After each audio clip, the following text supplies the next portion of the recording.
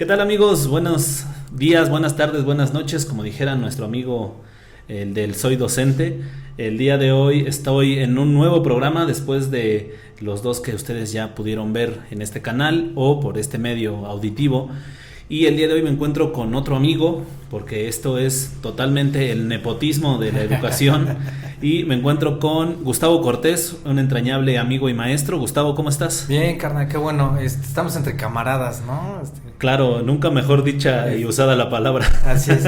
Pues bien, aquí andamos, gracias por invitarme y dispuesto a charlar en este currículum oculto.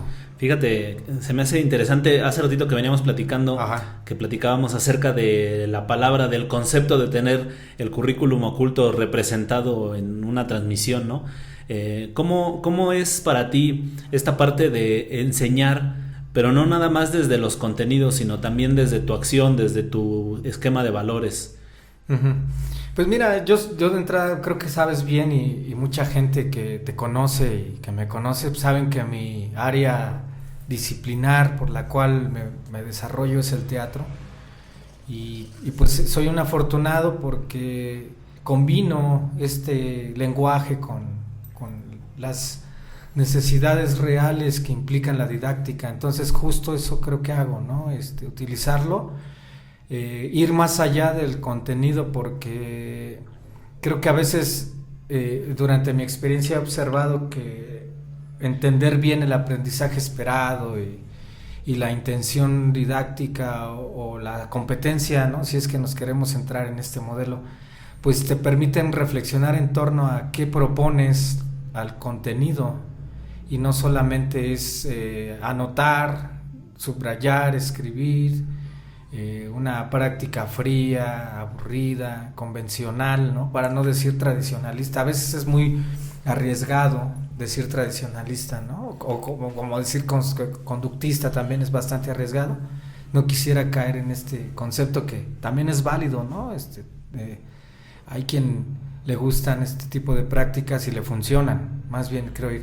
Y a mí me ha funcionado el asunto de llevar a los niños a compartir, creo que 3 elementos claves, que es la imaginación, este concepto también que es muy complejo, la creatividad y por supuesto la comunicación de ideas, ¿no?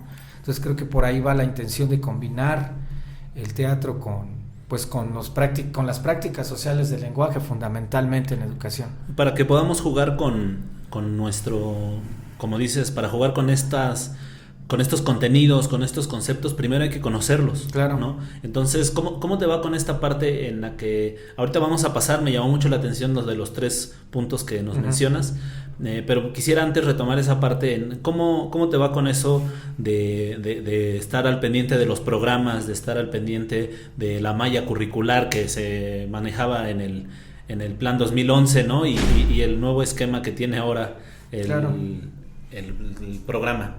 Bueno, buena pregunta, porque justo creo que ya hemos charlado sobre eso y le he dicho a otros compas en consejos técnicos, en un taller que di recientemente al sector 7. Un saludo a los compas, hoy en su día, que por cierto estamos en 15 de mayo, un abrazo a todas, a todos, compa. Igualmente felicidades. Y les comentaba en ese taller que es como muy, muy complejo para nosotros, o angustiante, ¿no? Creo que una de las incertidumbres más grandes que enfrenta el docente hoy es justo las contradicciones del programa, de los programas de estudio, porque tenemos dos programas de estudio de entrada ahí, y por ejemplo uno está concebido en el desarrollo integral, esto del medallón, ¿no? Uh-huh. Donde se van integrando como distintas dimensiones, y el otro está más enfocado al enfoque por competencias. Claro. Entonces, ¿cómo entenderlo, no? Entonces, el asunto aquí es que los docentes de primero, segundo, quizá ahí quiero centrarme, tenemos que planear en función de aprendizajes clave, sí, y el resto de tercero a sexto, o de cuarto a sexto el programa 2011-2018. Uh-huh. Entonces tenemos como esta gran incertidumbre como por dónde entrarle, porque hay como una gran plasta o una una sopa combinada con muchos ingredientes y pedazos de comida ahí, un revoltijo de cosas, y entonces pues nosotros nos queda como ir quitando, ¿no? Y entonces en ese sentido ir como conociendo lo que realmente nos es útil y hacia dónde nos va a llevar desde el punto de vista práctico y real, ¿no? Entonces creo que yo les decía en ese entonces, el entender el sentido, quisiera decirlo así, epistemológico quizá, ¿no? El sentido teórico, de dónde vienen, ¿no?, estos programas de estudio, cuál es como su fundamento, y finalmente utilizar esto para poder darle una propuesta a las prácticas pedagógicas. Ya creo que hablar sobre, ¿cómo podríamos decir?, sobre función docente, tendríamos que hablarlo sobre práctica pedagógica, ya no sobre estrategias nada más, ¿no?, sino ya tiene que ver con una complejidad más grande. Claro, tendríamos que empezar no se trata de dejar, pero sí de empezar a contemplar otros aspectos que tienen que ver incluso con la interacción de los maestros en el aula, ¿no?, con los alumnos, y ya no tanto de qué dice un papel o qué dice el siguiente acuerdo, porque de repente siento que nos quedamos en esa línea de pensamiento y no nos vamos más allá, no vemos que a final de cuentas el acuerdo podrá decir lo que sea, pero el que está en el aula, el que está a final de cuentas aplicándolo o ignorándolo, es el maestro, ¿no? Y finalmente en este día que estamos hablando del 15 de mayo, Día del Maestro, creo que ya la reflexión está en su punto, ¿no? Que no sé si los maestros de hace 10 años, de hace 20, 30 años pensaban así, pero ahora creo que, como dices, ¿hacia dónde vamos la gran pregunta es hacia dónde vamos con lo que nos propone el currículo? ¿Nos quedamos ahí o le ponemos nuestro ingrediente? Hace tiempo leí un documento, un artículo donde se hablaba de la estética docente. Citaban a Pablo Latapizarre como uno de los, digamos, de las inspiraciones para este artículo, donde decía él que el maestro debe ser sensible no solamente a dar contenidos a los alumnos, sino de qué manera los metemos en un universo por descubrir. Y creo que el maestro actualmente está reflexionando en torno a ello, ¿no? O sea, ¿cómo le hacemos? Y luego ante estas circunstancias, ¿no?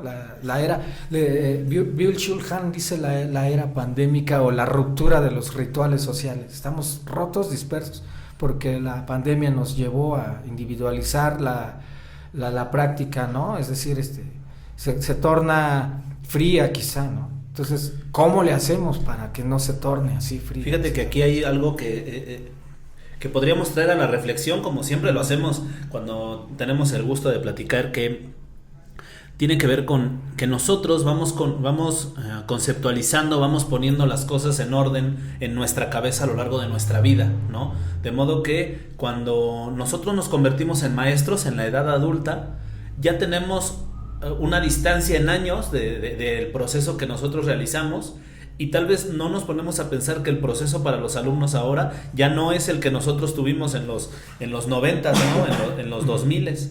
Entonces, ¿cómo crees tú, o desde tu perspectiva, cómo manejas esta parte en la que nos cuesta tanto trabajo empatizar con los niños porque pareciera que ya estamos demasiado lejos conforme pasan los años? Parece que estamos demasiado lejos de esa visión en la que ellos apenas están descubriendo, y nosotros los queremos apurar a encasillar todo en este esquema en el que nosotros ya formamos con muchos años de trayectoria. Pues sí, de entrada mencionas una palabra que creo que hoy es como uno de los conceptos relevantes, incluso en los consejos técnicos, en esta continua repetición de la empatía, ¿no? Y lo decimos mucho. Apenas, no sé si tuviste la oportunidad de entrar a un taller que dio una especialista, una que hablaba de las inteligencias, de la neurointeligencia, sí, ¿no? Sí. Entonces ella en algún momento citó que la empatía pues es lo que ya sabemos que es ponerse en los zapatos de los otros, ¿no? Del otro de los otros. En ese sentido creo que ya está como el concepto ya como más que sabido. ¿Cuál es aquí como el gran entre al asunto? Es de qué manera, como bien dices tú, podemos ser realmente empáticos y no solamente irnos con pues como diciendo lo mismo en cada consejo técnico, en cada concepto que se revise. Pues mira, me parece que para lograr eso, primero, ser sensibles, ¿no? Abrir como esta sensibilidad de nosotros. ¿Cuáles son realmente, no necesidades, sino los puntos más sensibles, tanto del docente como de los alumnos, ¿no? Lograr como clic entre ellos, ¿no? Como abrir, ¿Cómo? romper el hielo, ¿no? Yo soy fan de ese clic. ¿Cómo hay un área de la pedagogía, de la sociología, que yo sé que tú también eres conocedor, experto en esa área, en la historia, que haya definido esa conexión? Porque yo no la he encontrado, o sea, he encontrado la empatía, yo le he dicho que a veces te puedes caer mejor con unos niños, con un grupo, con un grupo en particular que con otro, pero no he logrado definir o no he encontrado donde hable de eso, que a final de cuentas creo que deberíamos ir persiguiendo casi todo el tiempo. Sí, mira, Freinet era de los que decían muy puntualmente que la cuestión activa tenía que ver como el alumno se tiene que identificar con el maestro tiene que atraparlo con la magia, ¿no? Abrirle el descubrimiento. Hay una hermosa película que seguro has visto, se llama La lengua de las mariposas. Claro. Y entonces, cómo este concepto tan dialéctico que es la lengua, que es una espiral, y empieza a abrir a los niños a conocer cosas. Imagínate de ahí partir a conocer el área de las ciencias naturales, las matemáticas, llevarlos hacia el contexto donde están ahí las mariposas e ir sensibilizando. Eso es a lo que me refiero, ¿no? O sea, ir buscando las formas de encontrar el punto clave en donde realmente está el conocimiento, ¿no? Que el niño sienta que ahí lo va a aplicar, que lo va a vivir. Creo que ese es la clave de la empatía, ¿no? O sea, no solo es échale ganas, porque el hecho de decirle échale ganas ya está como poniéndole una barrera al otro, así como a mí me molesta esa frase. Claro. Entonces, no sé si muchos de nuestros colegas o camaradas lo tomen así, pero a mí sí entender la empatía en ese sentido, pues es como estarle no brindando oportunidades de sensibilidad a los que entran contigo a un juego. Aparte a mí me da mucha risa porque es como reconocerle que no tiene la capacidad, ¿no? Así el decirle, no, pues échale ganas, ¿no? O sea, es como se me hace muy cómico porque pareciera como motivante. De hecho lo usan muchos motivadores, entre comillas, pero es una frase totalmente vacía y totalmente denostante a las capacidades de la otra persona, ¿no? Claro. Porque le estás diciendo, pues échale ganas, porque así como vas estás mal, ¿no? Estás jodido, pero a lo mejor si le echas ganas y esto de échale ganas, por ejemplo, en la película Los Olvidados de Luis Buñuel, sí. Bueno, ahí veo inmediatamente el reflejo de lo que nosotros debemos hacer, y fíjate que está criticando la era del milagro mexicano, ¿no? O sea, de la era en donde el país estaba produciendo como si fuéramos aquí una potencia de las luces, ¿no? En Europa, cosas por ese estilo. Crecía Santa Fe, cuando pues están las dos contradicciones, el Santa Fe viejo, el barrio, la Santa Fe que se siente el olor del barrio. El de Ulises. De la mar te duele. Y está la otra mirada, la nice, ¿no? La claro. Mirada de la nación en pleno apogeo. Llega Buñuel y muestra esta cara, pero hay un punto clave en la película, ¿no? Cuando el niño, no recuerdo ahora su nombre, lo meten al orfanato y él, el maestro es el director del orfanato le dice, déjalo que aprenda pues viviendo, ¿no? O sea, ¿para qué lo quiero instruir si él necesita explorar, ¿no? Se va, y cuando se va lo mata el jaibo, ¿no? O sea, oiga, ¿por qué no lo vaya por él y métalo aquí al orfanato? No, déjalo. Va a regresar con mis cigarros y con el dinero. Ya no regresó, pero era porque tenía que ir a vivir. Y así hay muchos ejemplos, ¿no? Varias películas nos citan esta como gran crítica, ¿no? Eres por lo que entiendo, entonces eres gran fan del cine. Más o menos, no he visto mucho cine, me falta mucho por ver. O sea, me quiero referir a algunas películas que pues en la práctica docente, como bien tú y yo nos conocemos de la UPN en esa, Sí. entonces pues he tenido la oportunidad de explorar en algunas y ver qué funciona y qué no de eso, pero pues sí, así que diga que no, digo, hay gente que sí Claro. ve mucho cine, ¿no? Siempre, ¿no? Sin embargo, me llama la atención este sentido en el que reconoces estas particularidades que tal vez no todos tendríamos o no tenemos todos la misma sensibilidad para identificarlas, ¿no? Uh-huh. En algún momento también, porque contigo es inevitable hablar pues del teatro, ¿no? Contigo se tiene que hablar de teatro. Me gustaría para que a lo mejor quienes no te conozcan, las 3 personas que no te conozcan, a lo mejor nos puedan entrar en contexto, sepan de qué estamos hablando, que nada más me dijeras rapidísimo tu trayectoria dentro del teatro y después la vamos a unir con lo educativo, ¿no? Entonces, ¿qué onda contigo? Bueno, yo soy teatrero autodidacta. Empecé a hacer esto en el año 1998. No fuiste al CEA. No, quise estudiar en el CENAR, el CEA, no, ya después descubrí que era el CEA y dije, no, estamos bien. Quise entrar al CENAR, pero pues tuve la mala fortuna de llegar a la última etapa del examen y ahí ser descartado en una entrevista, ¿no? Uh-huh. Porque me preguntaban que por qué hacer teatro y por ejemplo, me llevaba mucho como al asunto del esquinarme y decirme es que aquí es entregar todo y como tratar de decirme aquí se hacen las cosas bien. Entonces quizá cometí algún error ahí en la entrevista y vas para atrás. Pero pues lo estudio de manera autodidacta en talleres, en el escenario, como te dije ahorita, aprendiendo, cayendo y levantándose, ¿no? Claro. Sensibilizándome en lo que quiero decir, etcétera. Entonces empecé así en talleres, después entré con con el grupo El que no tiene nombre, ahí estuve tallereando, así se llamaba el grupo. Uh-huh. Luego ya me fui a Cascarazo, luego ya llegué ahí en Cascarazo nos separamos los compas que estábamos en ese proyecto y nos fuimos a armar un grupo que se llamaba Teca. Y no me gustaba el grupo, el nombre, dije, no, es que parece como anuncio de algún producto. Ajá. Y nos fuimos con Utopía Urbana, ahí estuve un buen rato y la considero como una de mis grandes escuelas y ahora actualmente soy director, dramaturgo, disque dramaturgo. Escritor. Le hago algunas cosas ahí, andamos haciendo el intento y pues hago teatro social. Eso creo que hago, ¿no? Un teatro con contenido histórico, político. Tú y yo hablábamos un poco de eso, que somos entes políticos por naturaleza. El hecho de ser maestros ya nos lleva a ser políticos. Y por supuesto, si eres teatrero también, ¿no?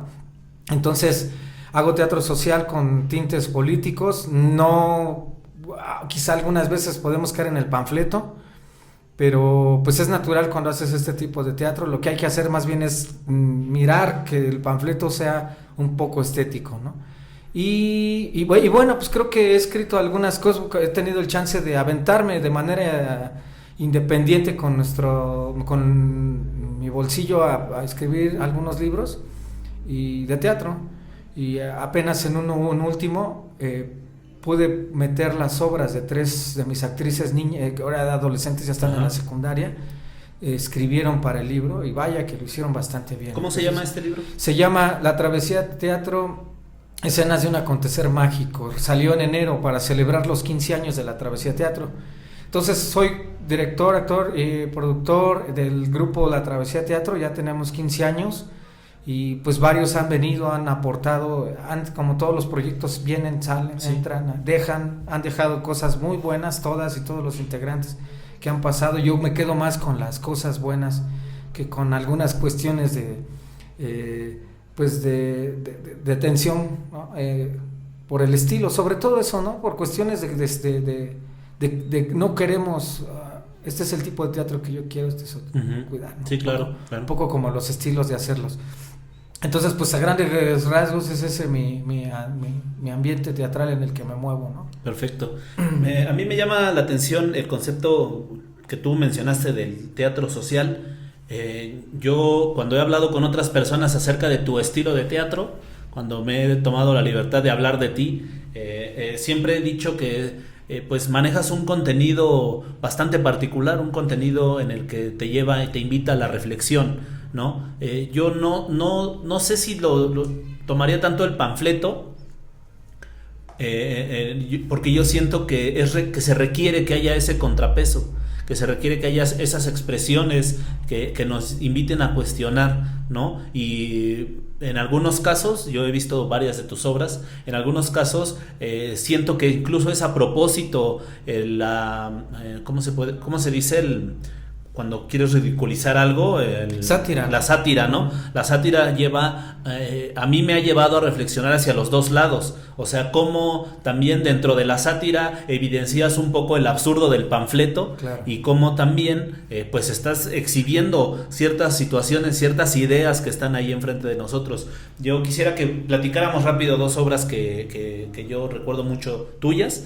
La primera es la pastorela que hiciste en el 2019. Ya tiene 2 años. 2 años, carnal. Que bueno, por la pandemia, ¿no? Que se nos puso en pausa la vida, pero yo me acuerdo esta última que fue la que yo vi por ahí en casa de Nati. Saludos a Nati. Claro. Espero un día se dé una vuelta.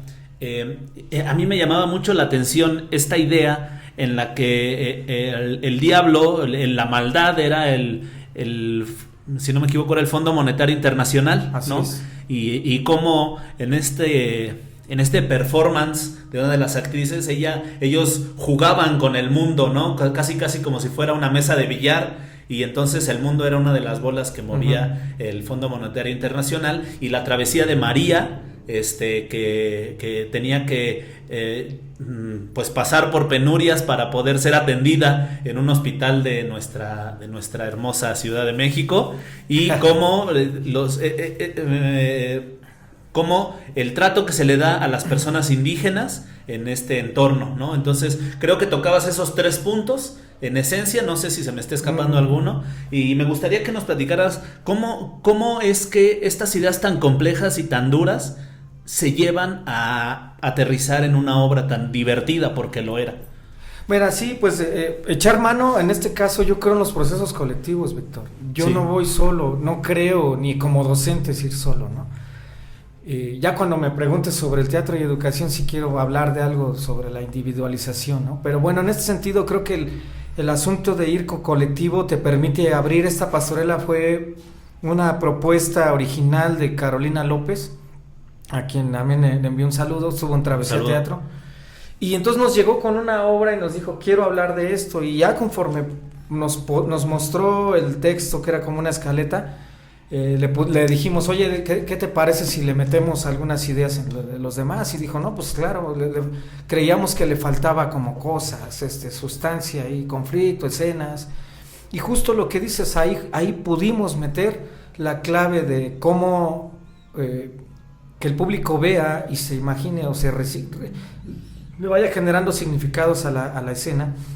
¿Qué significa la OEA y el Fondo Monetario Internacional aliados? La OEA, ¿no? Cierto. La OEA y el fondo, sí, claro, la banca y la organización de Estados Americanos, claro, juntos, en una idea de que pues ellos mueven al mundo y pueden crear hasta sus propios movimientos sociales, ¿no? O sea, ellos tienen la mirada de decir, acá nos conviene tal cosa, ¿no? Nos conviene destapar un levantamiento porque por acá estamos privatizando o extrayendo los recursos naturales. Me llamó mucho la atención cómo incluso los revolucionarios tenían que ver con ellos.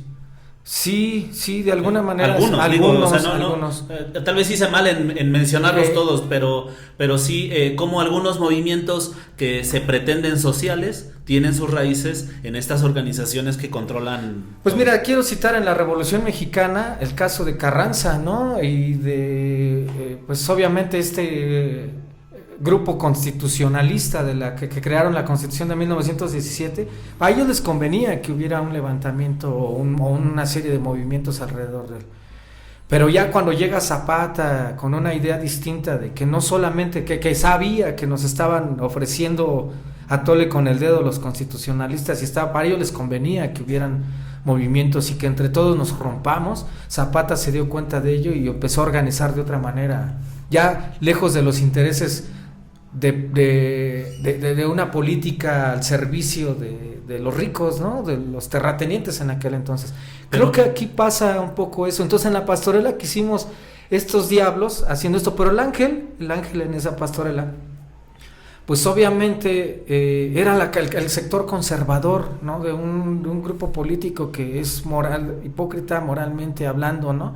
Que es una de las características de la derecha, el movimiento conservador, ¿no? Y que tenía estos aires egocéntricos, ¿no? Incluso despectivos que a veces hay en ese sector. Claro, sí. Y muchos, cuando tú te hablas de revolucionarios, quiero pensar en estos revolucionarios que defendieron eso. Claro. Como con ese caso en la Revolución Mexicana, pues Carranza, ¿no? Como Miguel Hidalgo. Miguel Hidalgo, claro. Ya los buenos, yo siempre he dicho, en mi punto de vista, quienes yo considero como unos grandes sujetos de la historia, Morelos, ¿no? Claro, Zapata. Sí. Yo lo he platicado bastante en el sentido de que voy a citar un podcast muy viejo de por ahí del 2005 que definía la guerra como un cambio en las dinámicas y en el control del poder. ¿Quién tiene el poder? ¿No? Entonces, cuando un grupo se cansa de que el otro tenga el poder, inicia una guerra, pero la guerra no es para erradicar el poder y ser más igualitarios, sino para ahora ellos tener el poder. Pero dentro de esos grupos hay personas que realmente tienen ideas e ideales casi utópicos, ¿no? En el que sí, por ejemplo, el caso de Morelos, pues él sí tenía ideas que venían directamente de la Ilustración, ¿no? Él sí hablaba de libertad. En cambio, en mi opinión, para ver si no nos quieren crucificar los historiadores de la SEP, que Hidalgo lo que buscaba era que como él era nacido aquí, él quería gobernar, no quería libertad para los demás, quería perpetuar ese sistema, pero con él en la cabeza. Pues mira, sucedía con Hidalgo lo mismo que pasaba en el sur, en Sudamérica, ¿no? Cuando Bolívar liberó a una región amplia, Colombia, Ecuador, en Perú ya fue Bolivia, ¿no? El Alto Perú. Uh-huh. Pero había líderes en el contexto de Bolívar que defendían el asunto del criollismo y no tanto la identidad de la nación en el cual giraba la reconstrucción de un nuevo país, ¿no? Y creo que los ideales de Morelos tienen que ver mucho con los ideales de Bolívar, o sea, una idea de cambio. José Martí es otro ejemplo. Pero bueno, en ese sentido ellos no andaban como queriendo formar un grupo élite que provocara una guerra para que otro que era su cuate llegara. A mí me gusta mucho Francisco Javier Mina, que siendo español, por ejemplo, se asumía como español. Entonces, Francisco Javier Mina era un utópico, como tú dices, un visionario de lo que realmente debe de ser. Creo que se ha perdido a lo largo del tiempo, o se ha perdido desde el punto de vista de los partidos políticos, quiero centrarme ahí, la mirada realmente utópica que nos legaron gente como Morelos, como Guerrero. Como otro de tus ídolos, Lennon. Pues sí, Lennon, que también en algunos casos, ya buscándole y rascándole entre sus contradicciones, pues un millonario viviendo en el Dakota, ¿no? Pero bueno, también entre sus contradicciones está que mucho de su dinero lo dio a las Panteras Negras en Chicago, ¿no? Para que la izquierda emergiera, ¿no? Esta mirada utópica de una izquierda que no estuviera oficialmente en los partidos políticos que nos gobiernan, claro, sino abajo, ¿no? Generando ahí un poco de procesos distintos de conciencia.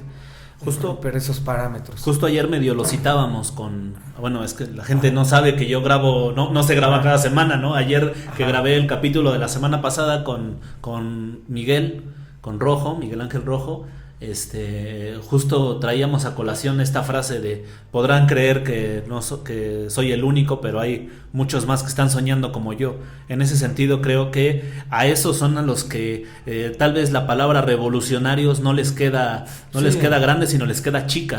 Y habría que buscar cómo empezar a tender esos hilos con gente como tú, con gente como que quisiera incluirme, con gente que realmente esté cuestionándose y realmente esté planteando una nueva idea, incluso una nueva revolución, ¿no? En la que no estoy hablando de revolución como un movimiento armado, pero sí una revolución de pensamiento, una revolución en la que se empiecen a construir nuevas realidades. Sí, no, bueno, de entrada creo que trajiste a colación una frase de la rola Imagina, ¿no? Sí. Podrás decir que soy un soñador, pero no soy el único. Creo que es como la frase o el verso que podríamos colocarla como una provocación para que gente como nosotros, como el Buen Rojo, tú, yo, algunos otros que egresaron de la UPN en esa, siempre lo he externado, han salido gente valiosísima de ahí, que están generando procesos realmente que traen ahorita la chispa. Espero que no se vaya diluyendo y se apague en algún momento, ¿no? Que se vaya haciendo cada vez más grande esa chispa y irla haciendo más grande, como un cirio enorme, ¿no? Que vaya alumbrando un farol en el camino, una luz en la oscuridad, ¿no? En este túnel a veces que nos hacen meternos, las propias trampas del sistema nos mete ahí, y es muy lamentable, y esto lo quiero externar para todo el ámbito político. O sea, desde mi punto de vista no hay ni para dónde jalar, claro, ¿no? O sea, no hay ni para dónde arrinconarme. Entonces yo prefiero ir por otro lado, prefiero hacer algo, y creo que como dices tú, una revolución de pensamiento tiene que ver con ser sensibles, lo que mencionaba hace un rato, hacer que estas que no son entes, porque la palabra ente filosóficamente hablando pues es como un objeto, ¿no? Una cosa ahí presente, y creo que nosotros tendríamos que pensar en el rescate del sujeto, es decir, me rescatan ellos a mí, que son nuestros alumnas y nuestros alumnos, nos mueven, nos simbran. En una ocasión vi en el Facebook, cuando todavía tenía el chance de chismear, porque a veces ya ni me meto, ya nomás al directo a lo que me aparece, y a veces ni lo leo. Vi algo que me movió mucho de ti, que creo que lo sentí porque lo viví en algún momento, que te provocó algo, un exalumno o exalumna, no me acuerdo, y te hizo como mover las fibras emocionales. Sí. Eso justo es lo que yo te decía, para empezar a armar un movimiento que sacuda, para no decir revolución, sino un movimiento de cambio. Es eso, o sea, el otro me mueve, que es, claro, que es el sujeto, va y viene, va y viene. Yo tengo una situación que yo me imagino que te vas a identificar. Es como rara, a veces me da un poquito de pena, porque yo siento, me voy a ver muy mal, pero siento dolor cuando veo las condiciones en las que viven algunas personas. Claro. O sea, me duele, he tenido la fortuna, esa sería la palabra, fortuna, la suerte de a lo mejor pues tener una profesión que de repente pues te permite darte ciertas libertades, te permite visitar algún lugar, etcétera, ¿no? Sin embargo, el ir y ver ese contraste, como tú comentabas, de Santa Fe, pero yo quiero mencionar el de Acapulco, claro, entre la distancia que hay, no geográfica, la distancia económica y social que hay entre la costera y 2 calles más allá de la costera. Eso me parte el corazón, ¿no? O sea, me hace sentir muy mal. No voy a ser hipócrita, no voy a decir que después dejé el hotel y me fui a vivir, a rentar una casita ahí, no, la verdad no, pero me duele. Y me duele porque tal vez no encuentro otro método de poder abatir esas diferencias más que en el salón, más que en el aula, y diciéndolo y exponiéndolo, ¿no? Yo creo que ninguna lucha es pequeña cuando la haces desde tu trinchera. Por otro lado, para seguir, fíjate cómo el hablar de una obra nos llevó a tantas cosas, por eso me gustan estas pláticas.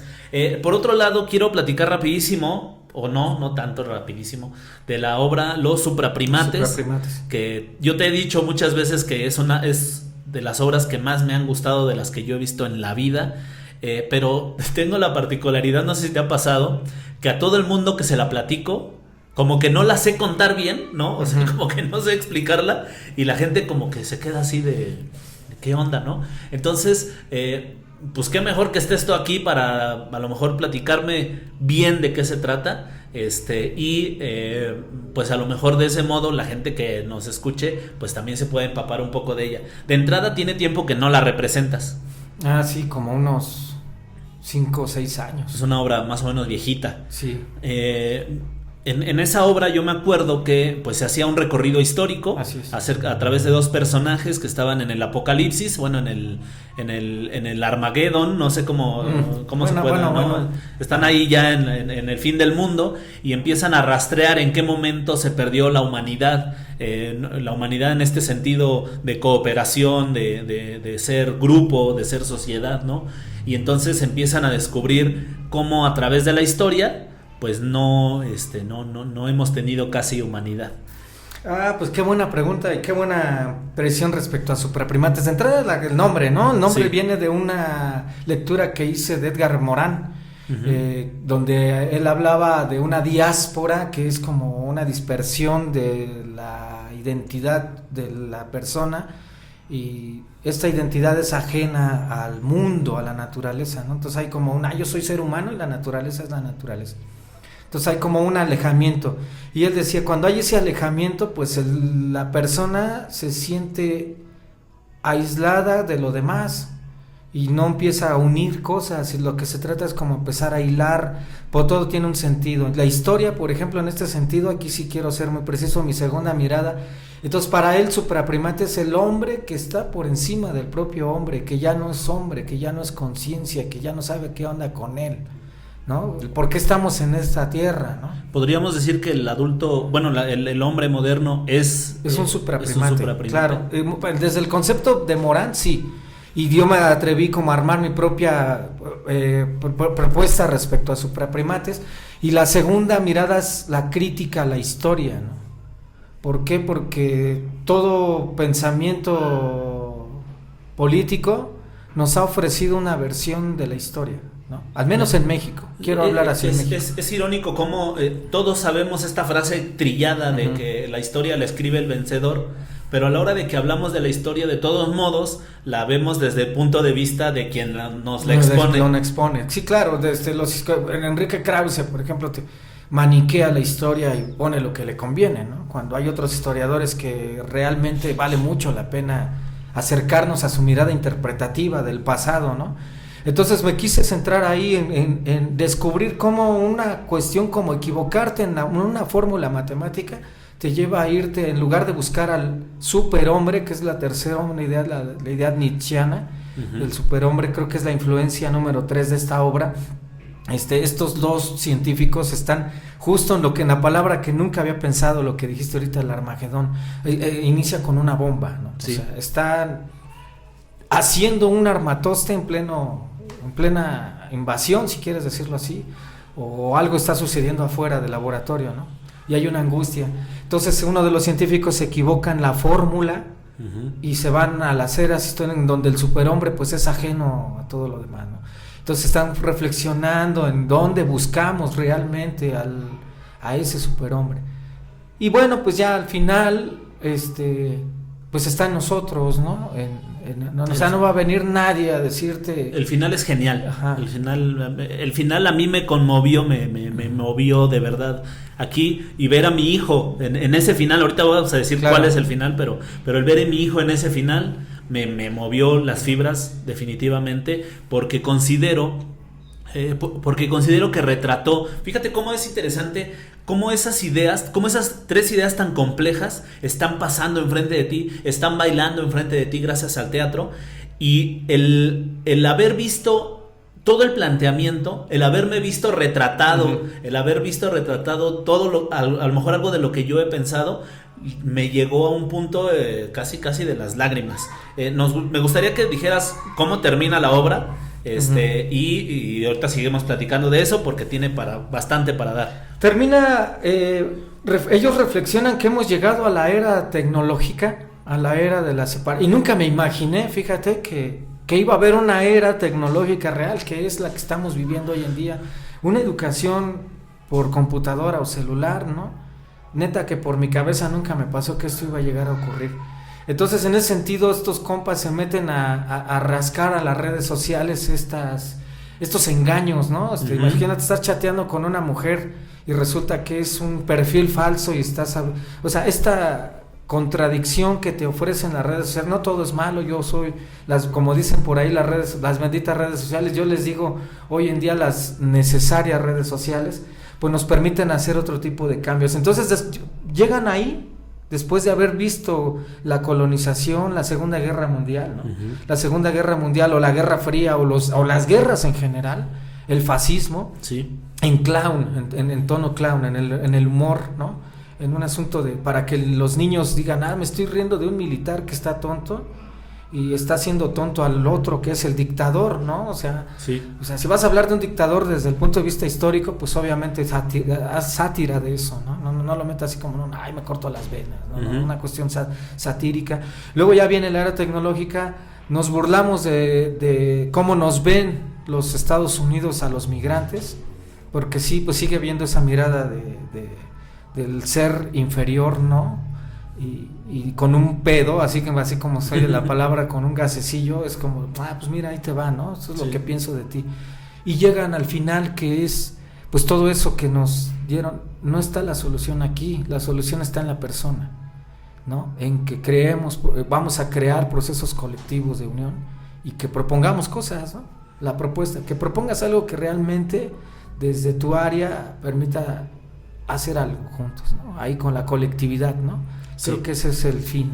Y invitar al público. Claro. Suben con unos hilos de colores, que los colores, pues yo sí creo en los colores, ¿no? A mí me llamó mucho la atención en aquel momento el planteamiento de que no es que los adultos ya estemos perdidos, pero hacían énfasis en los niños, ¿no? Así es. Decían, mira, aquí hay el superhombre está en potencia como en semilla en todos ellos, ¿no? Y los invitaban y les decían, vengan, vamos a hacer el cambio. Entonces eso yo creo que es probablemente una de las ideas más poderosas que he visto en el teatro. No te soy sincero, ¿no? Seguramente no he visto todas las obras de teatro del mundo, ¿no? Seguramente habrá quienes también tengan una visión parecida a la tuya. Sin embargo, pues en el círculo que yo puedo citar, pues eso ha sido una de las ideas más interesantes. Pues mira, en el arte particularmente no es necesario, como el espectador no está obligado a consumir toda el arte del mundo. Una obra artística, cuando te mueve, cuando no te aleja. Entonces, en ese sentido, yo soy muy minucioso en este caso, ¿no? Yo cuando trabajo con mi grupo, te digo, no voy solo, siempre recurro a los demás. Recién tenemos una obra que se llama Animalario, me gusta mucho, y ahí hay otro punto de vista crítico, de hecho, ¿no? Muy similar a esto que hablamos de los supraprimates, y voy con la idea colectiva, y siempre hemos pensado a quién se le queda el mundo, ¿no? O qué mundo se va a quedar y quiénes van a ser los del cambio. Creo que tú y yo diario, o estamos alejados de las aulas, ¿no? Todos nuestros colegas hoy en día están alejados de las aulas. Pero neta, no sé si te ha pasado, yo creo que a los demás, anhelamos tanto volver, y que cuando vamos a reconstruir, vamos a empezar de cero, a ofrecerles ese pequeño mundo, ¿no? Y ¿de qué tamaño? Espero no sembrar yo mismo la respuesta, pero ¿de qué tamaño crees que es esa oportunidad? Híjole, pues inmensa, ¿no? O sea, es todo un reto. Ahorita en las experiencias exitosas que han estado ocurriendo en los foros, siempre hablan de los retos. Por ejemplo, uno de los puntos en las experiencias exitosas, retos a enfrentar. Pues ese es uno de ellos, carnal. O sea, la pandemia ha debilitado todo lo que tiene que ver con el ser. Esta idea ontológica del ser humano la cambió, la dispersó. Claro. Entonces, el reto de nosotros cuando regresemos va a ser reconstruirlo todo. El ambiente, las emociones. Ese es el momento histórico. Es justo. Eso es, sin querer parafrasear los carteles que veníamos viendo, eso es el construir la historia, sí, ¿no? Sí, pues ahorita que veníamos viendo en Morena, ¿no? El cambio, algo que decía, ayúdanos a seguir haciendo historia, ¿no?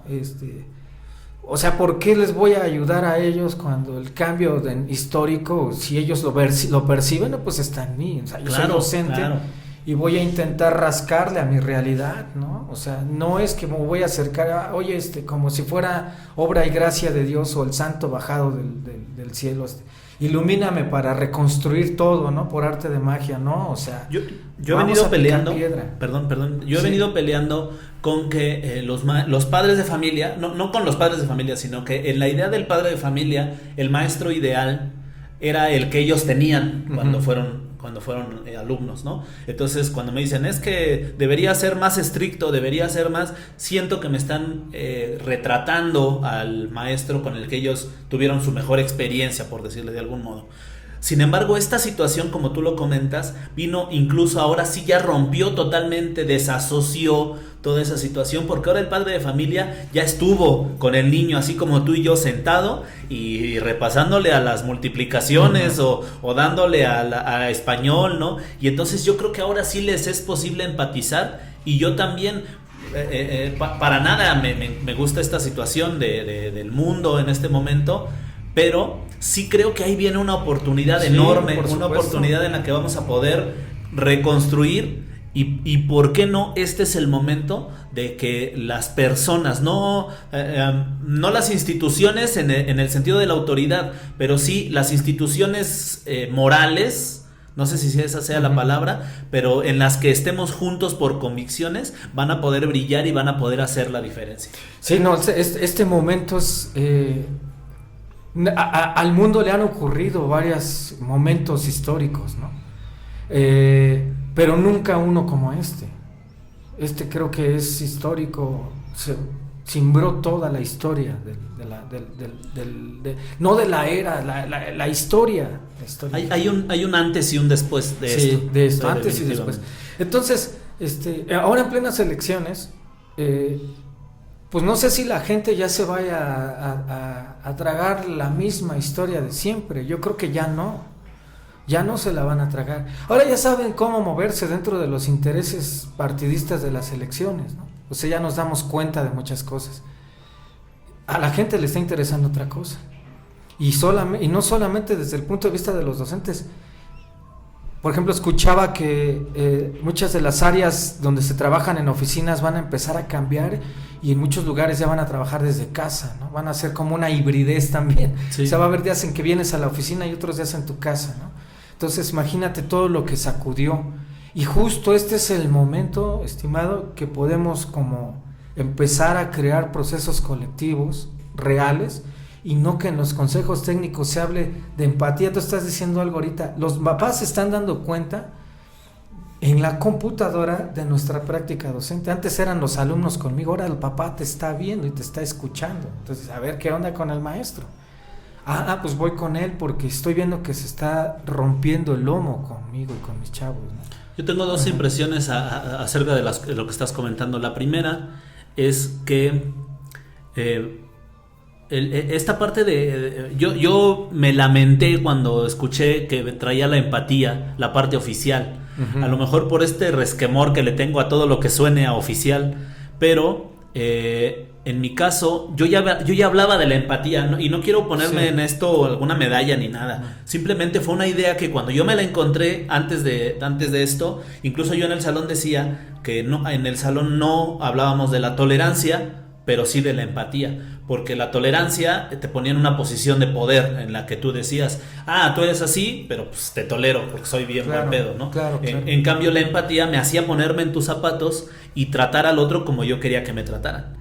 Entonces, de ese modo, yo ya traía la empatía desde antes. Cuando la toman, y esa es la segunda parte, cuando la toman, entonces pareciera que el mismo concepto se banaliza y se repite y se repite y se repite como periquitos a veces, ¿no? Y se pierde un poquito este sentido social que tenía, este sentido en el que me duele que mi hermano tenga una mala vida, en el que me duele, en el que no soy empático con mi vecino porque a lo mejor sacó un puesto de hamburguesas y yo lo veo que no vende todo el día, ¿no? Y no le compro, ¿no? Entonces, eso es lo que yo siento que nos hace falta retomar en las aulas, no el sentido de la empatía que se parece a la tolerancia, sino el sentido en el que pues tú también te hagas parte. Había una frase, ahorita me llegó la idea, pero no me acuerdo bien cómo iba,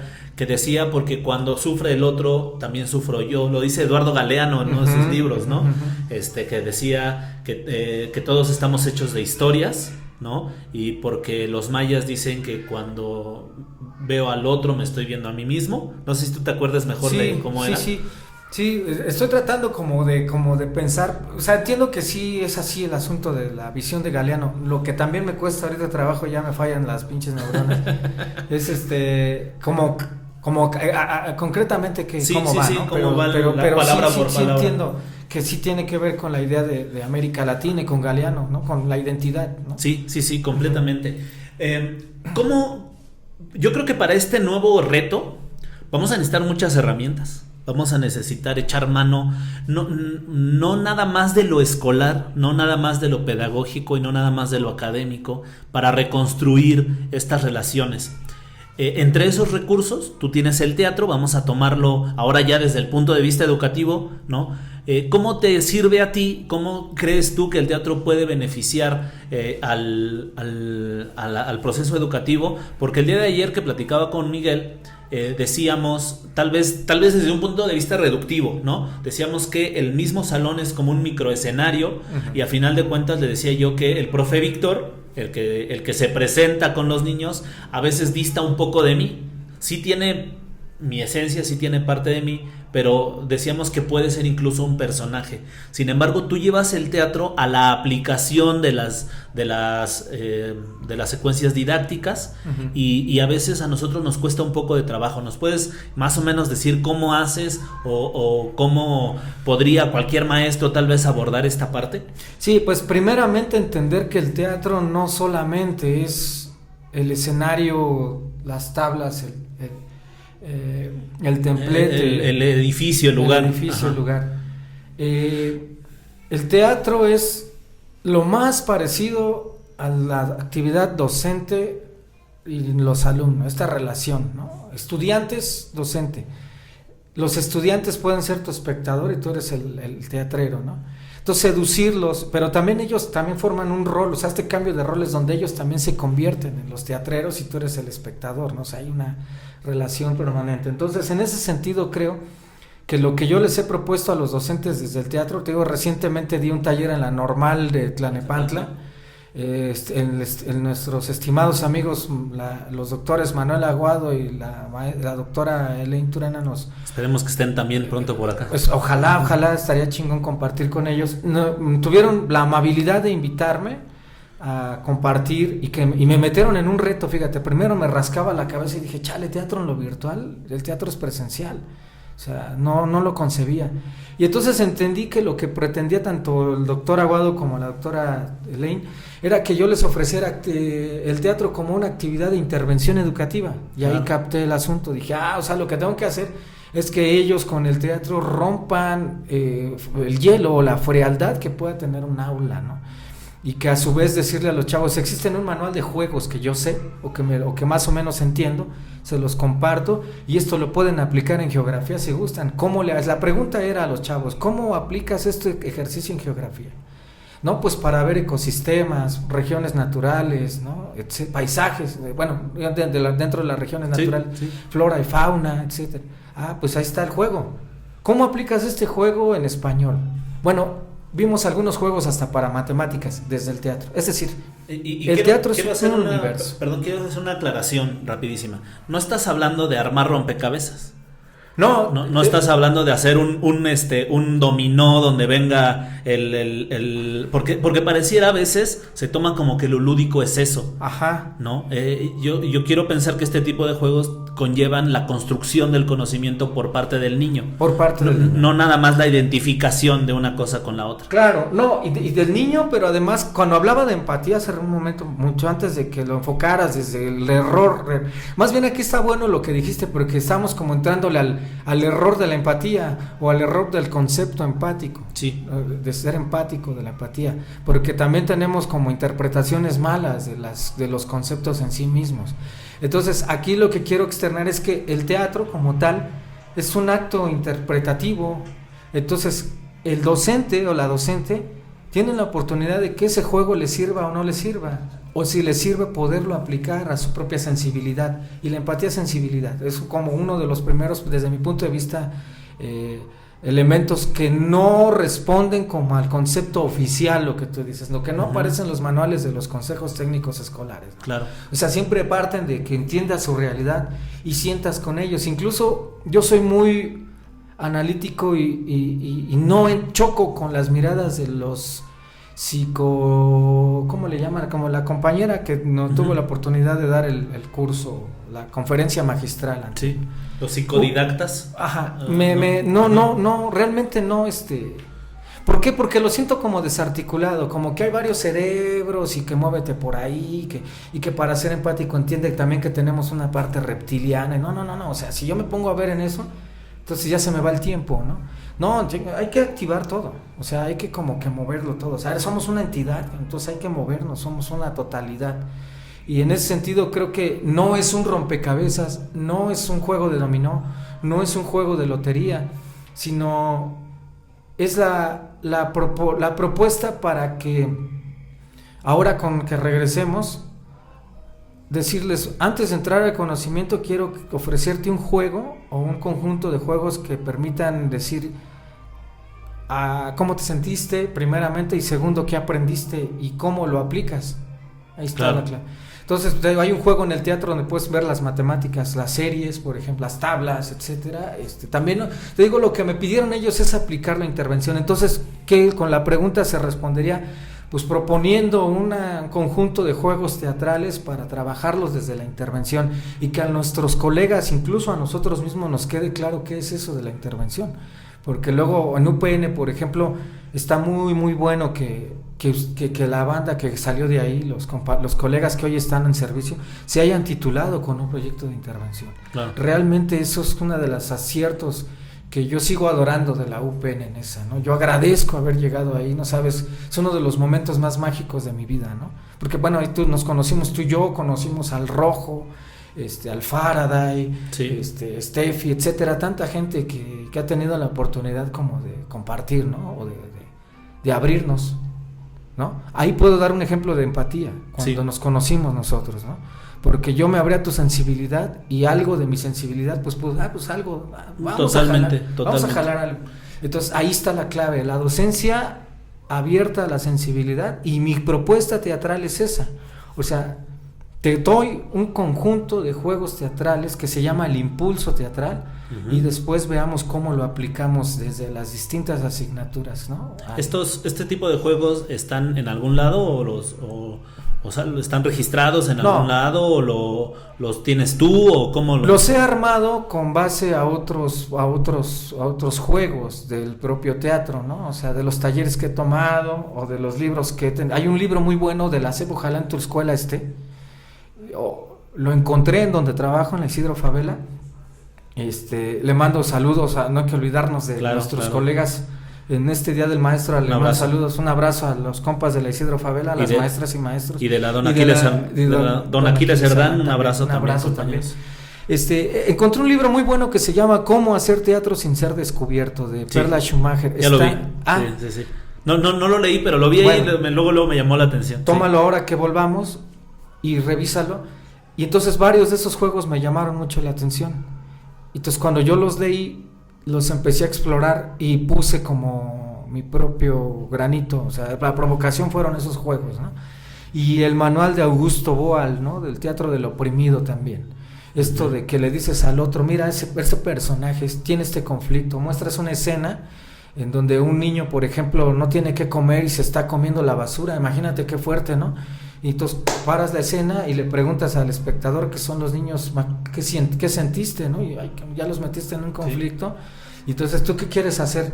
¿Qué propones? ¿Quieres pasar a actuar? No, que no, pero ¿quieres decir algo? Sí, ya. Con el hecho de que él diga algo, ya hay un proceso dialógico.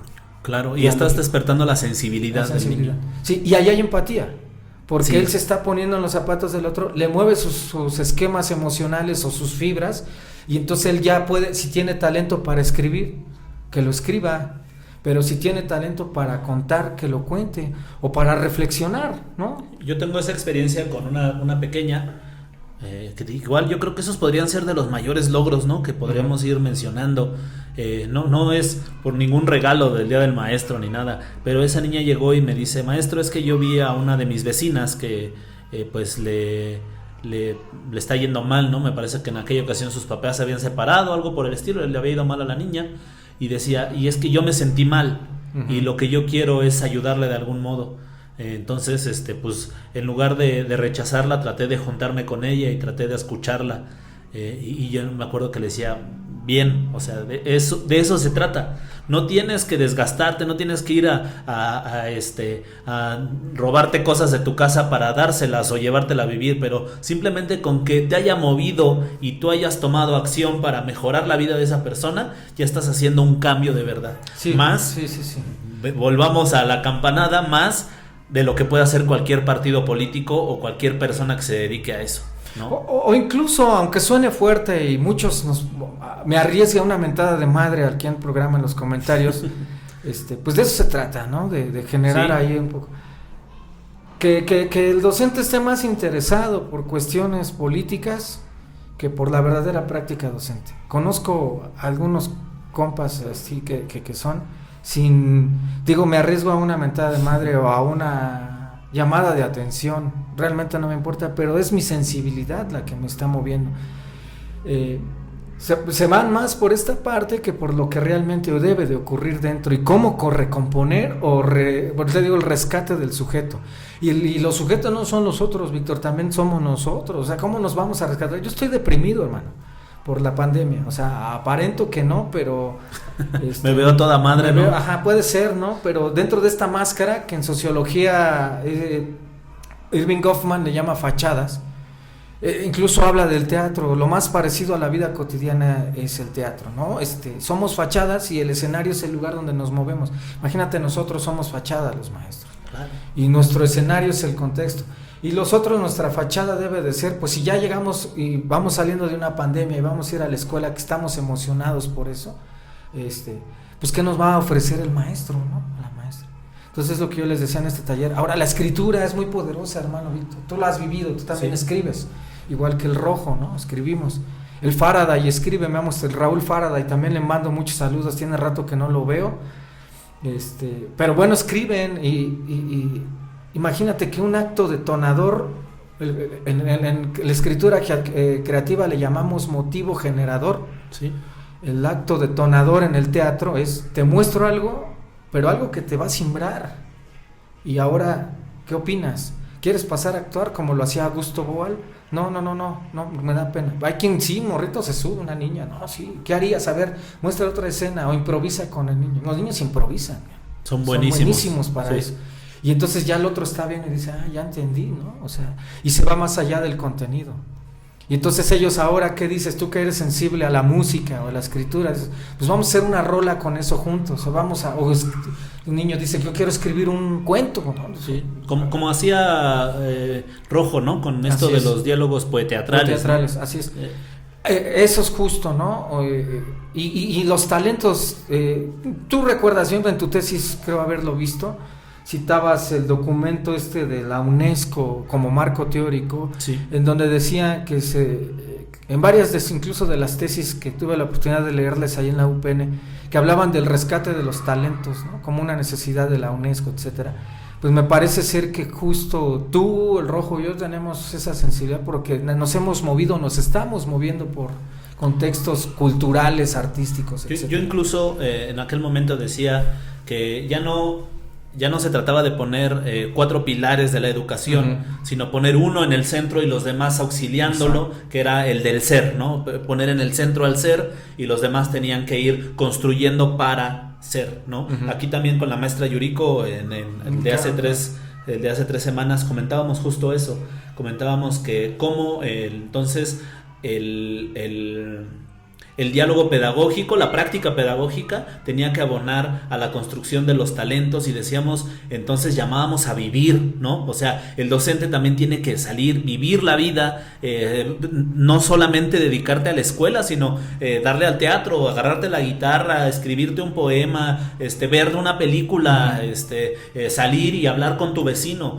Nosotros en el salón tenemos un diálogo interesante. Ahorita me llamó mucho la atención porque se trata de despertar la sensibilidad con los niños. Te debo ser sincero, ahora con la pandemia no me ha funcionado tanto, pero en el salón era muy interesante porque contábamos nuestro fin de semana, pero no se trataba de lo anecdótico, de decir, fui con mi abuelita y eso, sino de traer algo, de buscar ese clic, ese momento de chispa que te hace reflexionar, que te despierta algo, ¿no? Entonces podía ser lo que fuera. Había niños que decían, no, pues yo iba caminando por la calle y de repente vi un señor que iba caminando y se cayó y no se podía levantar y nadie le ayudaba.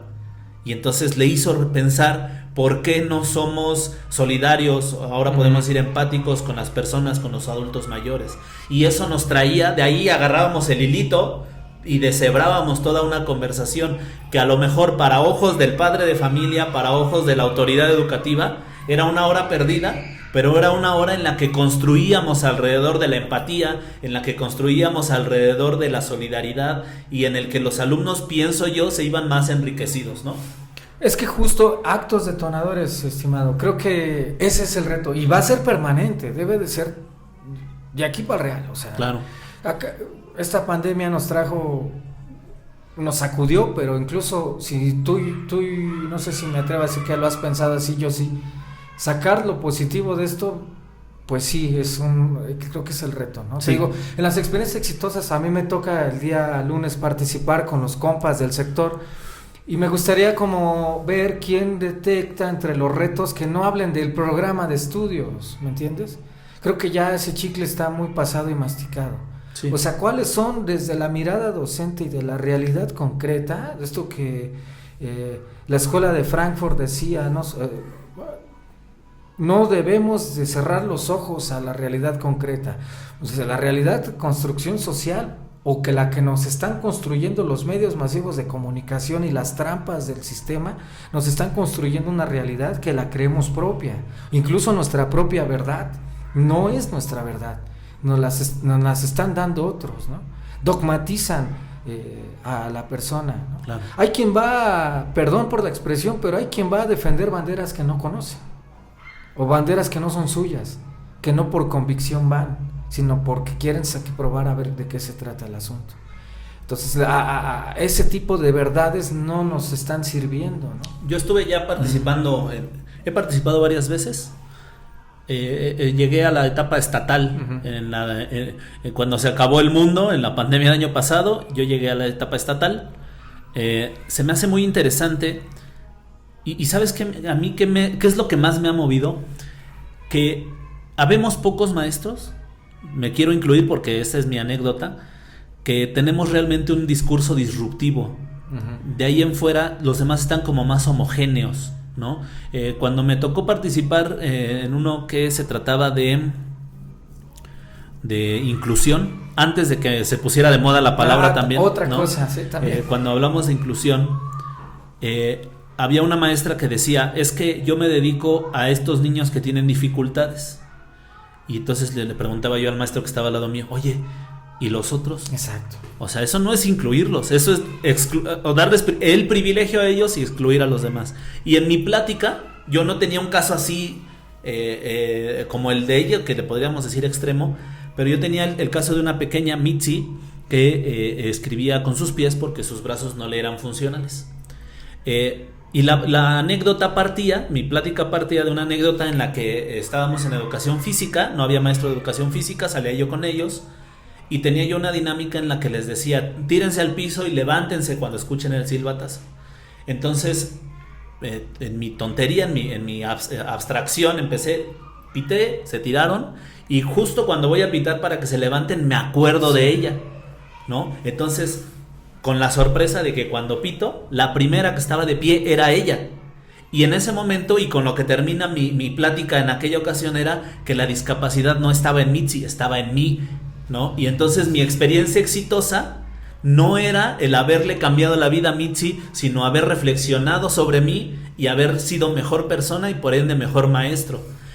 Y haz de cuenta que a partir de ese discurso se rompieron todos los de adelante. Sí. Todos los demás me llamaba la atención porque todos los demás me citaban, ¿no? Como decía el maestro, no gané, eso es lo chistoso. Pero está chingón no ganar. Sí, o sea. Igual me pasó, está chingón no ganar. Estaba chido porque todo el mundo venía, oiga, profe, qué buena, ¿no? Qué buena experiencia, qué buena plática, felicidades. Las autoridades se acercaban y felicidades.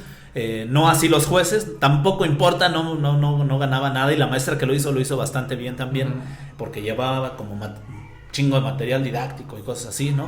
Entonces, pero se me hizo interesante cómo el hecho de ser la piedrita que parte el río también te da no estatus, pero sí esta motivación, ¿no? Para seguir cuestionándote y para seguir viendo si realmente vamos para el lado correcto. Claro, mira, esto que dices, la inclusión es otra concepción o concepto que trae a colación la escuela nueva mexicana, ¿no? O la nueva escuela mexicana. La preocupación de que ahora la inclusión.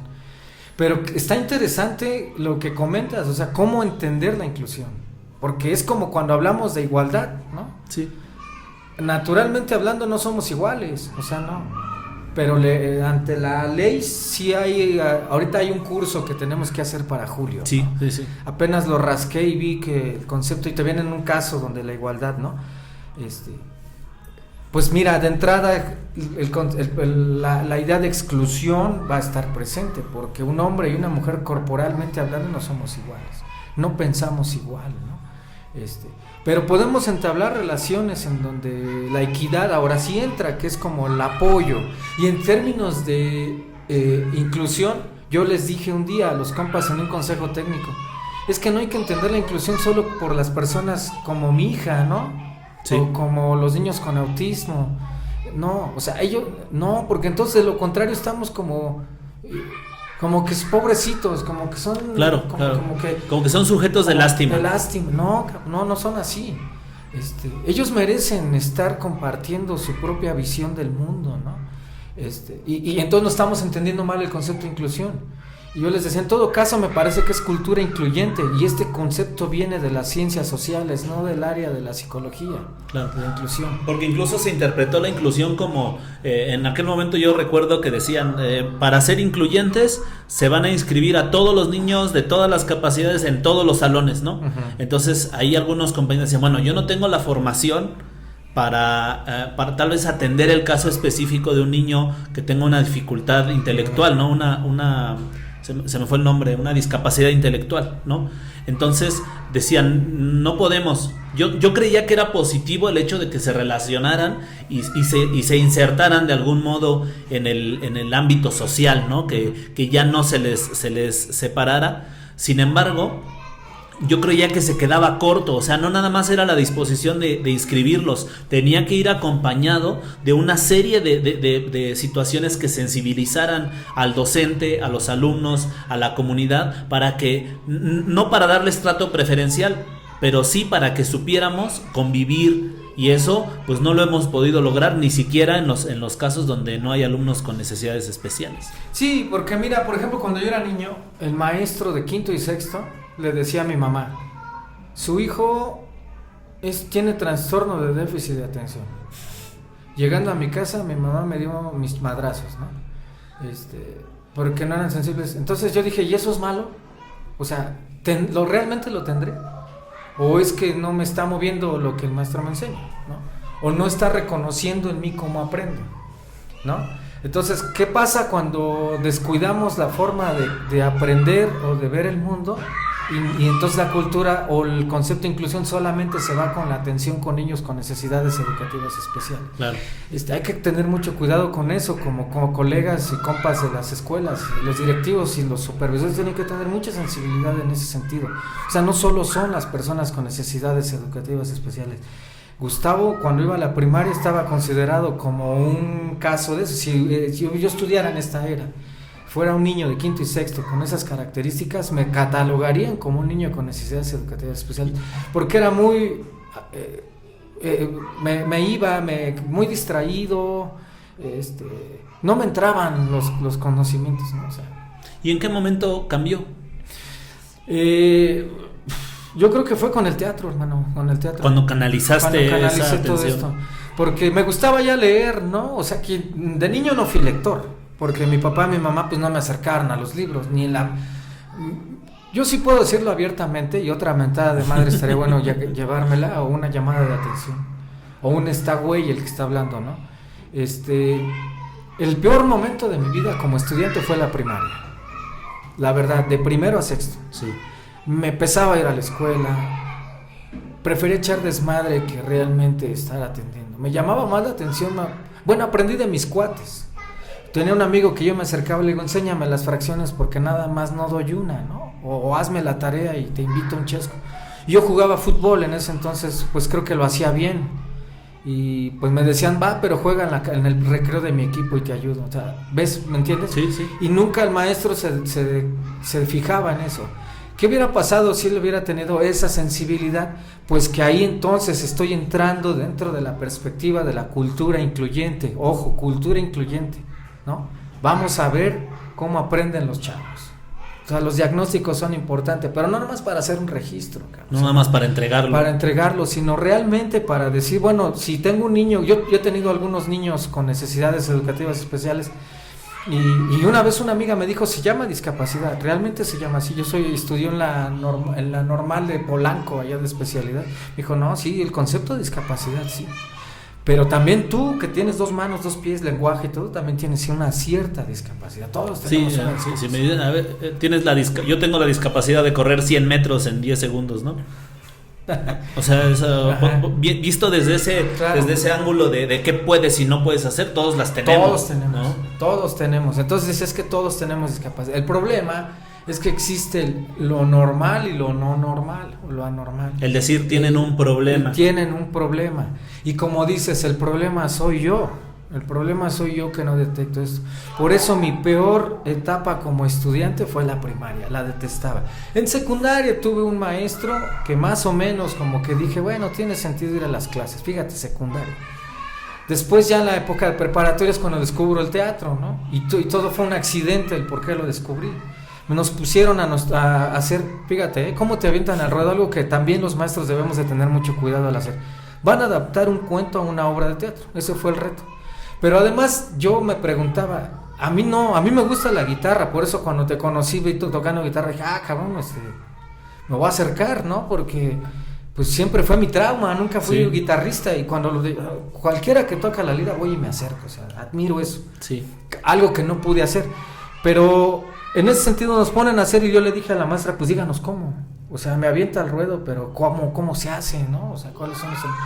medio nos explicó. Entonces llegó el momento donde mis compas en la prepa hicimos este ejercicio, y en una azotea nos reunimos a adaptar un cuento de Juan Rulfo que se llama No oyes ladrar a los perros, y yo hice la adaptación, puse diálogos y todo, pero lo hice improvisando. Si tú me das una hoja en blanco a escribir una obra de teatro, no me sale.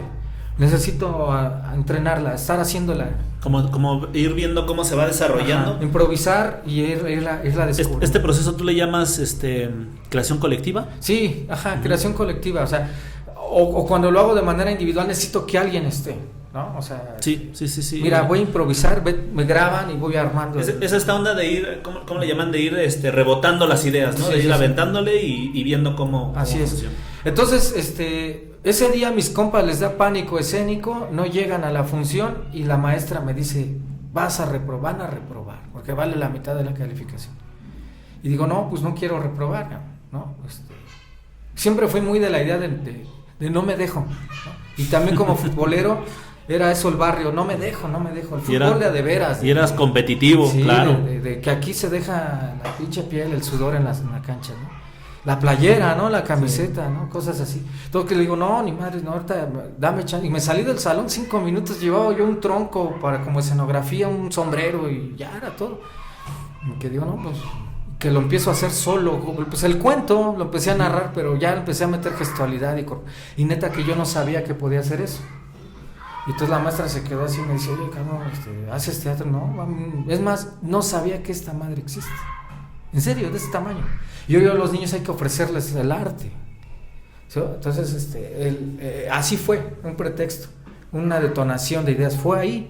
Y entonces ahora nosotros, que tenemos esta cierta sensibilidad y que se les ofrecen estos espacios, de entrada entender la inclusión, entender la empatía, entender qué hacer ahora que regresemos, que el reto es esto, ¿no? De crear un ambiente donde los contenidos son importantes, pero también importa cómo ir reconstruyendo el ser nuevamente, ¿no? Claro. Y que el maestro esté reconstruyéndose permanentemente. Cambia completamente.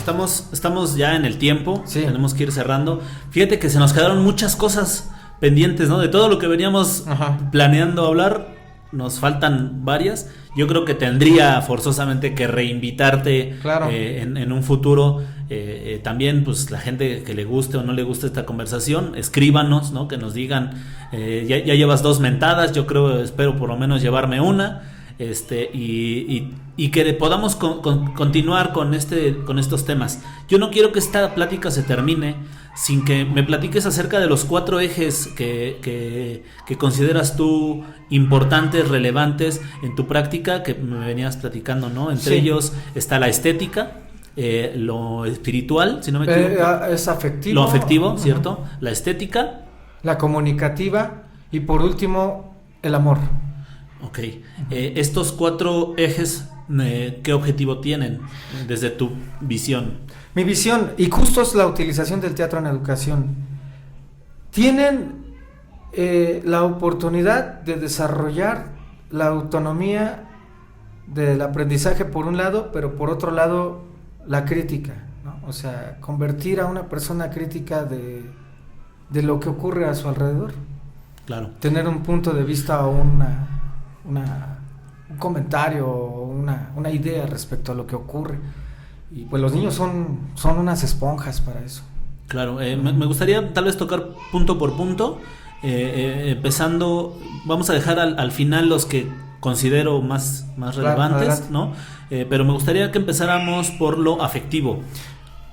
Pues emociones, somos un ser de emociones, nada de que las emociones son extrínsecas e intrínsecas, son solo emociones, son solo impulsos, son solo percepciones del mundo, y como todo ser vivo, ¿cómo podríamos? El estímulo me mueve. Entonces, esta dimensión es importante, emociones. Se trata de verlas, de reconocerlas y estimularlas. Estimularlas, así es. A través del teatro aplicado en el aula. En el aula. Okay. Después venía me hacen falta... la estética. Esa es de los últimos. Y el amor, me hace falta uno. La comunicativa. La comunicativa, ok. Quiero entender que habla de expresión. Sí. Esto me ha costado a mi trabajo, porque de repente yo llego como que, óndale, vamos a expresarnos y di si no te gusta esto, si odias a tu abuelito, lo que quieras, pero dilo, exprésate. ¿Cómo haces tú, tal vez ya en la práctica, para lograr que los alumnos se sientan en confianza, tal vez de abrir estas situaciones que de repente se guardan bastante? Con la escritura creativa, con ponerles casos, una gran variedad de casos, y en uno de esos se deben de sentir identificados sin que sea el caso particular del niño, ¿no? No sé, aquí con lo que hablabas, por ejemplo, del caso de la niña, ¿no?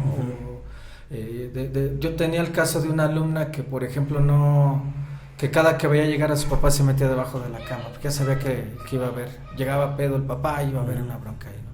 Entonces pones un conjunto de casos que tienen que ver con la vida de los niños. Aquí el docente es muy sensible, muy perceptible a lo que realmente medio interpreta lo que está ocurriendo, los pones, y entonces tú les ofreces herramientas de escritura creativa como el narrar anécdotas, pero que sean con personajes de fantasía, cambiar los contextos a los cuentos, y ya ellos empiezan a meter sus realidades, ¿no?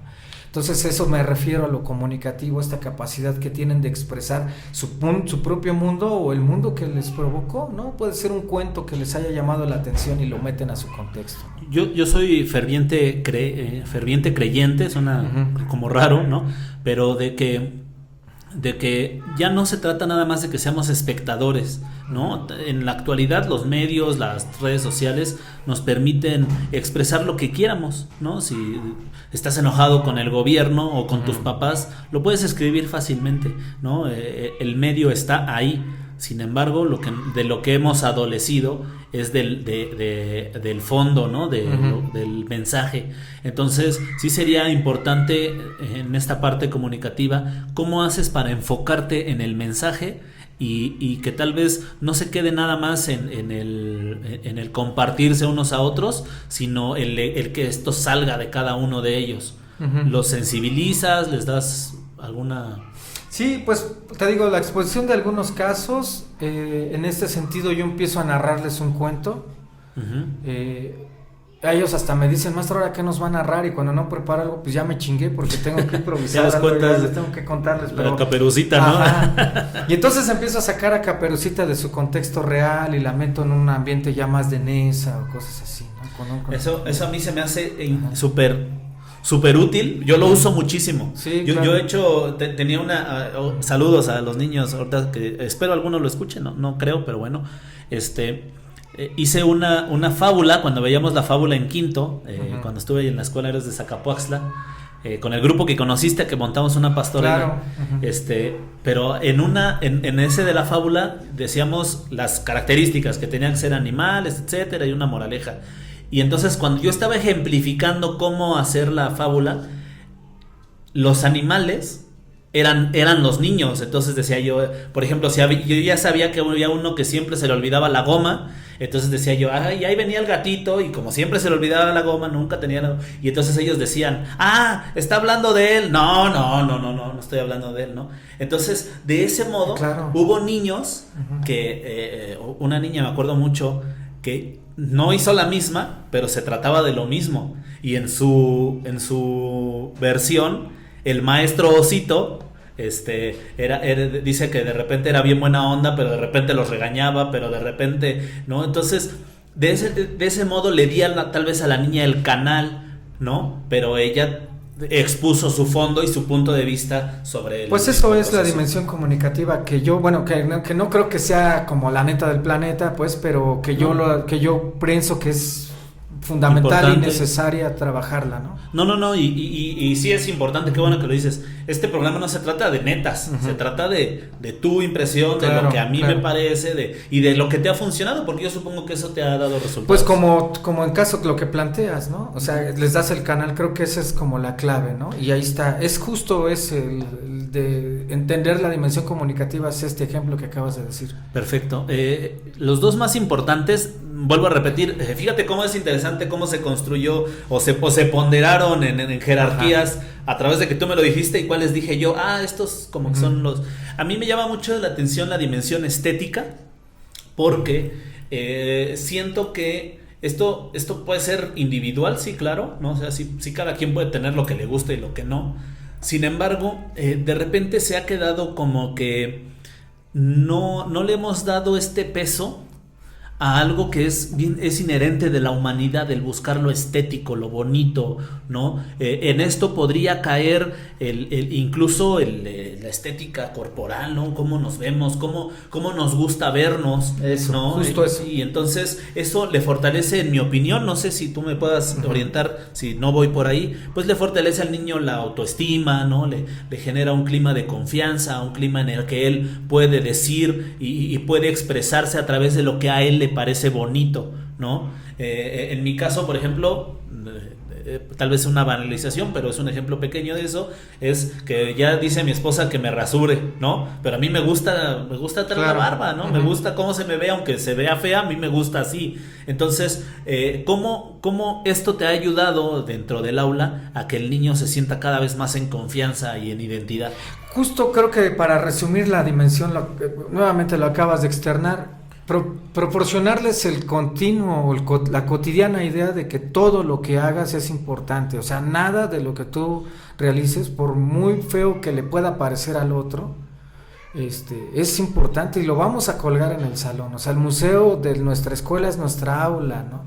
Para que permanentemente volteas y lo veas y digas, bueno, quizá no está bien hecho para un especialista, a lo mejor no, un pintor, etcétera, un fotógrafo. Una vez hicimos una exposición fotográfica sin yo saber fotografía, pero lo interesante era cómo fotografías tu barrio, ¿no? Sí. O sea, qué cosas interesantes. Me dijo una niña, oye, ¿puedo fotografiar unos tenis colgando? Pues tómales la foto. Sí. Y ponla y exponla y dinos por qué te llamó la atención y todo eso. Y a lo mejor alguien dice, entonces ya vas abriendo lo que yo hago me parece bonito y cómo soy me parece bonito, ¿no? O sea, el cómo soy, no como quiero que me vea el otro, no, cómo soy, con mis ideas, con mi forma de vestir, de pensar, de actuar, de leer lo que quieras, o sea, ¿no? Yo tenía unas hojas que creo que estas las hemos hecho todos los maestros, pero yo les daba este sentido. Por ejemplo, en Navidad les llevaba un árbol a los niños, ¿no? Un arbolito de Navidad impreso en una hoja, y se los daba, y les decía yo que cada quien lo podía decorar como quisiera. Entonces había el niño que nada más lo coloreaba, había la niña, el niño que le ponía brillantina, había el que le ponía lentejuelas, había el que con la intención de hacerlo tan bonito se le remojaba la hoja, se le terminaba echando a perder, ¿no? Y como dices, todos como quedaran los colgábamos. y a todos les dábamos un elogio, todos decíamos, a ver, vamos a verlos, pero no podemos señalar, no quiero decir lo feo, o sea, no señalemos lo negativo, vamos a ver qué sí te gusta de ese, ¿no? Entonces, aunque estaba así la hoja arrugada, pues yo decía, a mí me gustó la combinación de colores que usó, ¿no? Y entonces a muchos niños les gustaba mucho ese tipo de actividades, y yo rescataba cómo los árboles al inicio eran todos iguales, pero una vez que tú los manipulabas, entonces parte de tu esencia se quedaba retratada en ella y había que reconocerlo. Sí, esencia, fíjate, estamos hasta metiendo la presencia de la filosofía aquí, cara. Sí. Tuve la oportunidad de tomar me metí ni siquiera me registré, abrí la liga y me metí ahora en pleno inicio de pandemia. Me invitaron a un curso de filosofía para niños, y todo esto que tú estás diciendo es lo que nos decían, o sea, la esencia está en lo que hace la persona, no en lo que tú quieres que hagan, ¿no? Dice, en este caso, si eres maestro, evalúas lo bello, ¿no? Lo bien hecho. ¿Y qué pasa con lo que no está bien logrado en términos de aprendizajes esperados, etcétera? Uh-huh. Pues lo vas a guiar a esta persona para que eso que hizo no lo sienta como que está mal hecho, sino que por aquí podemos mejorarle, ¿no? Claro. Y vuelves autocrítica a la persona, ¿no? O sea, te asumes como, no todo lo que hago está bien hecho, como que estás en un permanente en una reflexión de puedo mejorarlo. Pero tiene algo de valor. De valor, claro. Todo lo que hacemos en inculcarles esta cultura, bueno, soy fe inculcar, desarrollar la cultura de que lo que haces es valioso, lo hacía el aprendizaje significativo, ¿no? O sea, ya no lo venía proponiendo anteriormente. Pero ahora con estos dilemas o cambios que están existiendo en la cultura latinoamericana particularmente, que es un territorio siempre sacando la furia, un continente como lo galeano, las venas abiertas de América Latina, pues qué mejor ejemplo, ¿no? La trova de Biglietti, de Silvio Rodríguez nos hablan de la furia latinoamericana. De ese fuego. De este manojo diverso que tienen nuestras culturas para poder decir todo puede ser bonito, todo lo que hacemos, ¿no? Con sus particularidades. Y creo que ahí está la clave en lo estético, lo que acabas de argumentar. Creo que si lo definimos en pocas palabras, es como la canción de Jarabe de Palo, todo me parece bonito, todo lo que soy es bonito y todo lo que hago es bonito, ¿no? Perfecto. Y por último, yo creo que en lo que has dicho antes ya evidencias sin duda la expresión del amor, del amor al otro, del amor propio y del amor a la sociedad. ¿Cómo, en qué términos manejas tú el amor dentro de tu práctica? Pues dejar las entrañas, el corazón y el cerebro ahí, ¿no? O sea, cada cosa que yo hago y pues te decía hace un rato, creo en el carro o aquí ahorita que estamos platicando, soy un afortunado, o sea, de todo lo malo que puede haber puedo voltear y decir, tengo un conjunto de personas a mi alrededor que tuvo sentido llegar al mundo, ¿no? Que tuvo sentido. Entonces el hecho de rodearme, que esté rodeado contigo, con el Rojo, con gente, con algunos colegas que son muy valiosos de las normales rurales, el maestro Luis, etcétera, ellos que me han ofrecido, los de la UPN como estudiantes, como colegas maestros, todos, pues te abre la palabra sensibilidad, ¿no? Para poder ofrecer lo que tienes sin esperar algo a cambio, ¿no? O sea, creo que ahí está la clave, y decirle a los niños, bueno, ¿para qué vivimos? ¿Para qué venimos al mundo, no? Venimos a dejar huella. Pues a lo mejor a un amigo, 2, 3, o sea, venimos a dejar huella al mundo, ¿no? Y que te consideren así, pues es el mejor bello acto de amor que puede haber, ¿no? En el mundo, ¿no? O sea, dar, entregar. El amor se trata de dar. De dar. Sí, valiendo que te pueda pasar. No sé. Mira, si no nos lleváramos decepciones, tampoco tendría caso existir, ¿no? Creo que tú como músico, como poeta, has escrito cosas, como docente, sabes que eso es lo que nos hace vivir, las decepciones, ¿no? Claro. lo que nos hace movernos todos los días. Sin eso, pues no tendría sentido. Quien le teme a fracasar o a estar decepcionado, le teme a amar, porque de lo contrario, ¿cómo aprendes a darle al otro? Incluso a mí me hace mucho clic eso que dices de las decepciones, porque en cómo las abordas también te lleva a mejorar toda la vida, ¿no? Claro. Ok, este programa, vamos a poner un ejemplo, este programa no está saliendo como yo quiero, bueno, pues entonces tengo que ver qué me hace falta para que el próximo sea cada vez se acerque más al ideal que estoy buscando, ¿no? Sin embargo, de repente, y esto ya está al margen del comentario del amor, de repente nos hemos quedado con la cultura del mínimo esfuerzo y no queremos cambiarlo. Gus, yo te quiero agradecer muchísimo estar aquí conmigo. Yo creo sinceramente que esta plática, ojalá de verdad, yo no tengo con estos podcasts, con estos videos, la idea de que esto se haga famoso. Pero yo creo que este contenido tenía que tener un espacio como este, y espero que la experiencia te haya gustado. No, pues sí, cómo no, ya tenía tiempo que no nos reuníamos, porque además cada reunión que tenemos nosotros, o sea, son reuniones... Es así. O sea, es como ir a charlar, ¿no? Sí, o sea, sí. Y pues viendo que estás generando estos proyectos necesarios, es lo que yo te decía, o sea... nos debe de llevar a los docentes a generar algo necesario para la gente, y no solo los programas de estudio, no solo creernos lo que nos dicen desde arriba el sistema, no, o sea, está bien, ahí está, eso va a estar siempre, pero pues ¿qué estamos generando? Entonces, pues estos espacios son propuestas, carnal. Entonces, pues fue como charlar, porque siempre que charlamos vamos a lo mejor en otro sentido cotorreando, ¿no? Sí. Pero siempre viendo la idea de... Acariciando el hígado. ¿no? Siempre viendo la idea de camaradas, ¿no? Sí. Pues, de que tú eres tú y soy yo, y este es Ituriel, este es Gustavo, y con sus particularidades nos encontramos en los momentos en los que nos tenemos que encontrar para charlar y cotorrear. Claro.